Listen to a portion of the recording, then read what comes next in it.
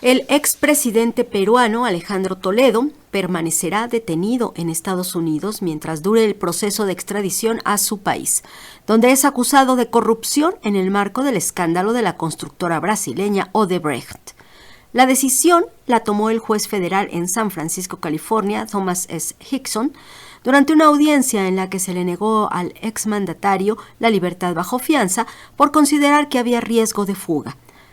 La Fiscalía Peruana Anticorrupción le acusa de haber recibido $20 millones de la constructora brasileña Odebrecht, que estableció una amplia red de corrupción a lo largo y ancho del continente.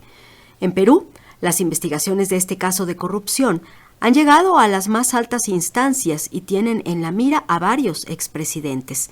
Al respecto, tenemos el análisis del doctor Juan Cruz Olmeda, profesor e investigador del Centro de Estudios Internacionales del Colegio de México y director de la revista Foro Internacional. Durante esta semana fue detenido en California, Estados Unidos, Alejandro Toledo, expresidente peruano, sobre el que pesaba una orden de extradición solicitada por la justicia de su país. Lo anterior como resultado de la existencia de indicios de que durante su periodo al frente del país, entre 2001 y 2006, el exmandatario recibió sobornos de la empresa brasilera Odebrecht a cambio de la adjudicación de diversas obras de infraestructura. Inicia ahora el proceso en el que la justicia norteamericana establecerá si concede la extradición, aunque la relevancia del caso haga que seguramente este sea el resultado. De hecho, Toledo huyó de Perú en un intento por evitar la orden de prisión preventiva que pesaba sobre él. Los fiscales del equipo especial dedicado a la investigación de las ramificaciones locales del caso Lava Jato obtuvieron la declaración de un empresario cercano a Toledo, Joseph Maiman, admitiendo haber recibido más de $20 millones a nombre del entonces presidente a cambio de facilitar la concesión de obras en diversos tramos de la carretera interoceánica sur. Como ya hemos detallado en este mismo espacio en ocasiones anteriores, Toledo no es el único político involucrado en dicho país en esta trama de corrupción que se extendió por todo el continente. De hecho, todos los expresidentes de la historia peruana reciente están siendo o han sido investigados como posibles beneficiarios de sobornos o financiamiento ilegal entregados por la empresa constructora. Ollanta Humala y su esposa pasaron 9 meses en prisión y ahora esperan el veredicto en libertad. Y Pedro Pablo Kuczynski se encuentra bajo arresto domiciliario. El caso más dramático ha sido el de Alan García, quien se suicidó cuando una partida policial se aprestaba a detenerlo por el mismo motivo. Incluso Keiko Fujimori, principal líder opositora y heredera del clan fundado por su padre, se encuentra recluida en la cárcel de mujeres de Lima desde el 31 de octubre del año pasado, acusada de recibir financiamiento ilegal para su campaña presidencial de 2011. Interrogado por fiscales peruanos en territorio brasilero, Jorge Barata, quien por largo tiempo fue el máximo representante de Odebrecht en Perú, no solo confirmó que la empresa realizó suculentos pagos a los expresidentes y a diferentes funcionarios de sus gobiernos, sino que además dio detalles de los montos y los mecanismos utilizados en cada caso. Además, reveló que la empresa realizó también aportes de campaña a los involucrados.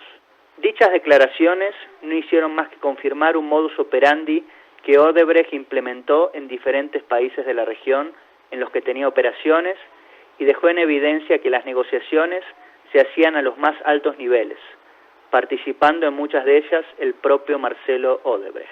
Si la trama de corrupción revelada por estas investigaciones no parece haber sido muy diferente a la desarrollada en otros países de la región, el caso peruano destaca por sobre el resto por la decisión de la justicia de avanzar sin importar los nombres, el poder o la afiliación de los políticos locales involucrados.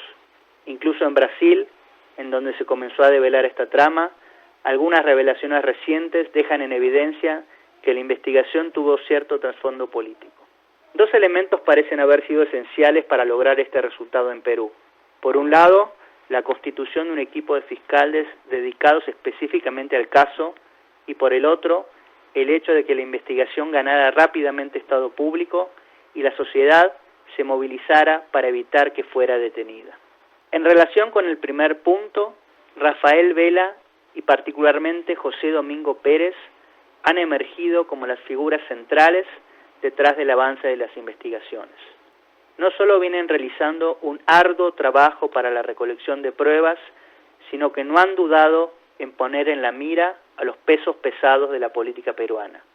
Incluso avanzaron en develar un caso que involucraba a Pedro Chávarri, quien hasta principios de este año ocupaba el cargo de fiscal general y por lo tanto era su jefe. Por supuesto, estas acciones no han permanecido exentas de consecuencias para los fiscales.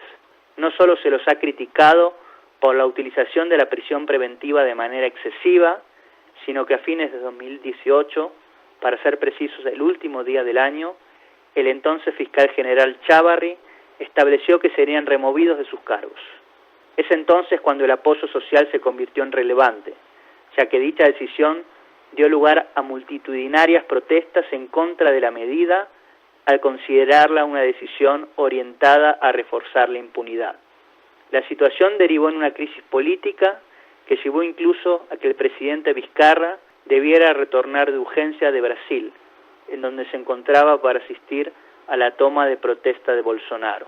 El propio mandatario mostró desde un principio su oposición al desplazamiento de los fiscales y finalmente fue el propio fiscal general quien debió dejar su puesto. Quizás como ningún otro, el caso peruano demuestra que la recomposición de la confianza en la política no puede lograrse si no se investiga el pasado y se condena a los culpables. Para Radio Educación, Juan Cruz Olmeda, profesor investigador del Centro de Estudios Internacionales del Colegio de México.